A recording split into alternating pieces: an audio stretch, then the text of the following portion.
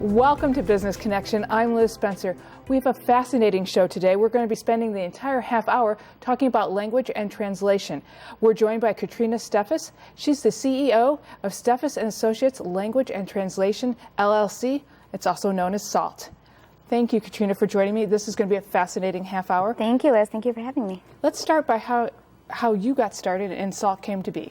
Of course, that's a great question. Well, SALT started, it was really the catalyst for SALT was me finding out that I had a tumor in my shoulder back in 2009. I had surgery on my shoulder. At the time, I was working in the legal field for an immigration attorney. I had just graduated with my degree in translation from the University of Wisconsin-Milwaukee and found out that I had this tumor. So after going through the surgery and deciding to quit my job, I started up SALT, and I was fortunate enough to have my first client be the attorney for whom I worked. And he entrusted me with his Spanish to English translations. From there, I grew, and I was receiving work orders for other languages aside from Spanish, and now here we are today as Steffes and Associates Language and Translation SALT, offering language service in over 75 languages. That's wonderful. I think it's a fascinating story that you came out from a challenge, and now here you are. I think we all love when that happens.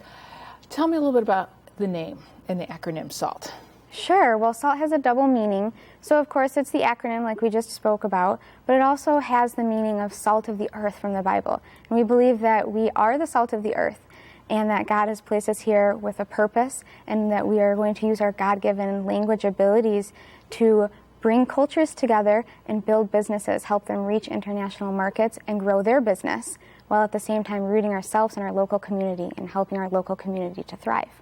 I think that's wonderful, and I think language is the key to all of that, and to have translation like you're offering for those who may not speak one another's language is perfect for it. Exactly. So you have really, I think, brought it all together.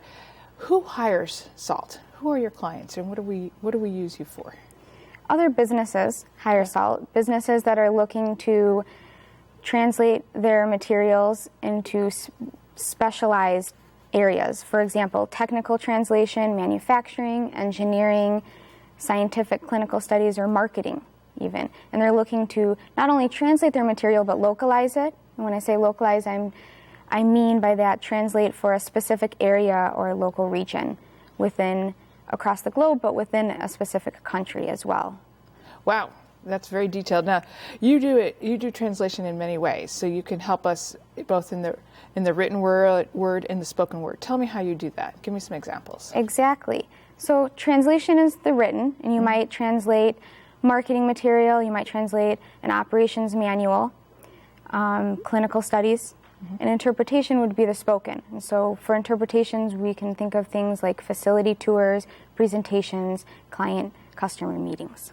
That's great. I think many of us might be familiar with the interpretation, but not the need for it when it comes to the written language that we're putting out to our employees globally. So that's wonderful. Why use a translator or interpreter for business? Why do we need that? That is a great question, and it's a really important question to understand, is that translation helps you to reach another culture, another customer in their own language, what they're used to and what they're comfortable with. For example, in 2014, the Common Sense Advisory released their publication, their research, in which they had polled over 3,000 consumers on their buying habits. And out of these over 3,000 consumers polled across 10 countries from Brazil to Turkey, they found out that 75% of consumers prefer to buy in their native language, and 60% reported rarely or never buying products or services that were not in their own native language. So think about what you're cutting out, what market you're cutting out, 60% if you're not translating into that language. Well, and I think as we become a more global society too, it's easier and easier to reach out with marketing and with our product.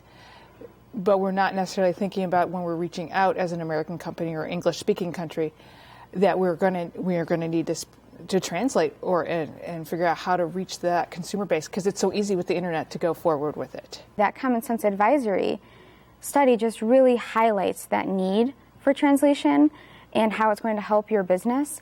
and how having that translation creates that positive user experience for your customer that is ultimately going to lead to sales.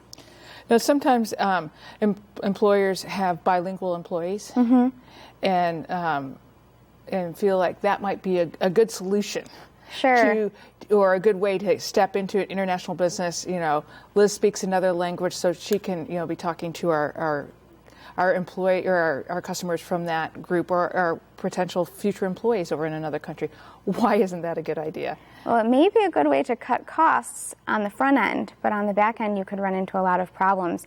Your bilingual employee, being bilingual and fluent in conversational Spanish, for example, is not the same as being trained in technical language and understanding how to appropriately and effectively convey and transfer information from one language into the next. And bilinguals are often not as strong in their grammar and their spelling and their vocabulary skills as someone who is trained in translation and who is therefore, through their training, also a very skilled writer.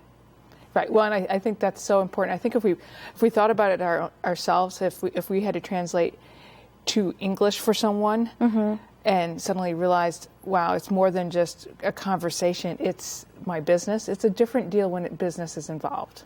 Right. Exactly. And it's important that you get that right the first time, and that you not make any major mistakes and find out later that this mistake happened and now you've jeopardized the entire project. Right. Well, it puts the bilingual employee, I think, in a tough spot. So it's better if you're going to go into that market to plan ahead for a translation service. Exactly. And so you'll want to plan ahead for that by, think about the budget, think about what you need to do, what timelines you have, when are things going to need to be translated by. There's a lot to think about when you start the translation process, and you need someone who's going to guide you through, helping you to not only pose those questions, but help you to find the answers to them. Absolutely, and we're going to talk about all of that when we come back. So stay tuned, we'll be right back with more Business Connection.